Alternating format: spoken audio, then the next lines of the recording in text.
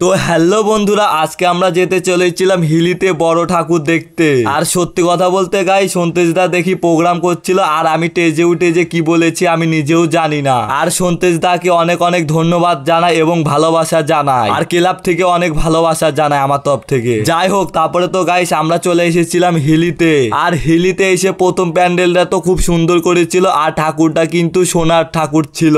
তারপরে গাইস আমরা চলে আসছিলাম সেকেন্ড একটা প্যান্ডেলেতে, আর এই প্যান্ডেলটা খুব ভালো ছিল, কিন্তু ভিতরে এসে ঠাকুরটা দেখে তো আমার প্রাণটা একদম সেই লাগলো। আর সত্যি কথা বলতে গাইস আমার এই ঠাকুরটা খুব সুন্দর লেগেছে। তারপরে গাইস ফাইনালি চলে আসছিলাম বিপ্লবী সংঘতে, আর সব থেকে বড় প্যান্ডেল, আর ঠাকুরটা খুব সুন্দর হয়েছিল, আর ভিতরে ঢুকে তো ঠাকুরটা খুব সুন্দর লাগছিল।